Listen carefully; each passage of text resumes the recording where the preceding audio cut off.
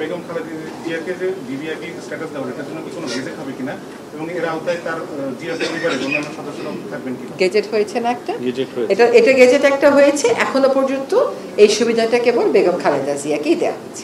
National regulatory authority, যেটা Bangladesh building code যেটা আছে, সেটার যথাযথ প্রতিপালনটা নিশ্চিত করবেন।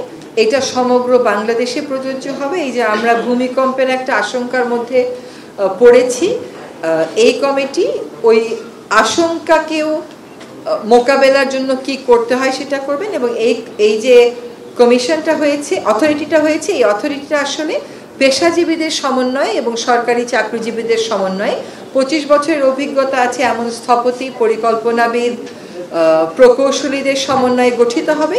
এবং এটা গোটা বাংলাদেশের জন্য সেফ, এনভায়রনমেন্ট ফ্রেন্ডলি এবং গ্রিন বিল্ডিং কেমন করে করা যায় সেই কাজটা তদারকি করবেন। এই আইনের অধীনে প্যানেল অফ এজেন্সি সরকার স্বীকৃতি দেবে। সব কাজ তো এই অথরিটি করতে পারবে না, ওই বিশেষজ্ঞ সংস্থাগুলো যারা লাইসেন্সধারী হবে এই আইনের অধীনে, তারা এই জিনিসটা আসলে মাঠ পর্যায়ে বাস্তবায়ন করবেন। আর আমাদের হাইটেক পার্কের আইনে বলা আছে যে অনেককে আসলে হাইটেক পার্কের জন্য জায়গা নিয়ে রাখেন, কিন্তু আসলে বছরের পর বছর ফেলে রাখেন, কিছু করেন না। কাজে সেখানে আইনে একটা পরিবর্তন একটা বিধান সংযোজন করা হবে যে 5 বছরের বেশি যদি জমি নিয়ে ফেলে রাখা হয় তাহলে সেই জমি সরকার ফেরত নিয়ে নিতে পারবে। তফসিলের আগে উপদেষ্টা কমিটির শেষ মিটিং, এই সমস্ত কোনো কথা নেই। আমরা নিয়মিত সরকার হিসাবে কাজ চালিয়ে যাব, যেটা চলবে।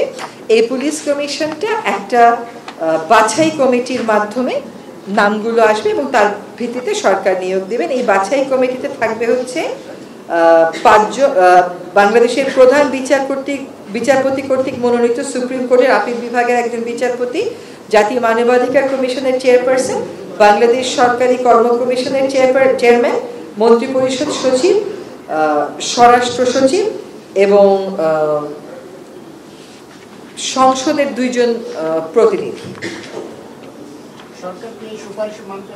সুপারিশ তো আসলে কেউ কখনো মানতে বাধ্য না, সুপারিশ পরামর্শ কেউ কখনো মানতে বাধ্য না। এটা হচ্ছে পুলিশের সাথে জনগণের একটা ব্রিজ করে দেওয়ার জন্য এই কমিশন।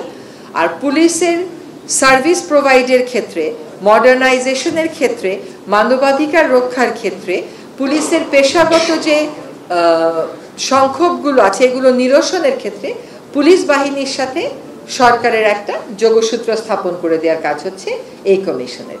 এই কমিশন লার্জলি ফ্যাসিলিটেটিভ, শুধুমাত্র 2টা বিরোধ নিষ্পত্তির ক্ষেত্রে এই কমিটি আদেশ প্রদান করতে পারবে, নির্দেশ প্রদান করতে। নতুন এবং ফিরে আসা গ্রাহকদের জন্য নগদে চলছে ক্যাশব্যাক সহ প্রতিদিন হাজারো উপহার জেতার সুযোগ। হবে আশা আর ফেরা, সারপ্রাইজ সেরা।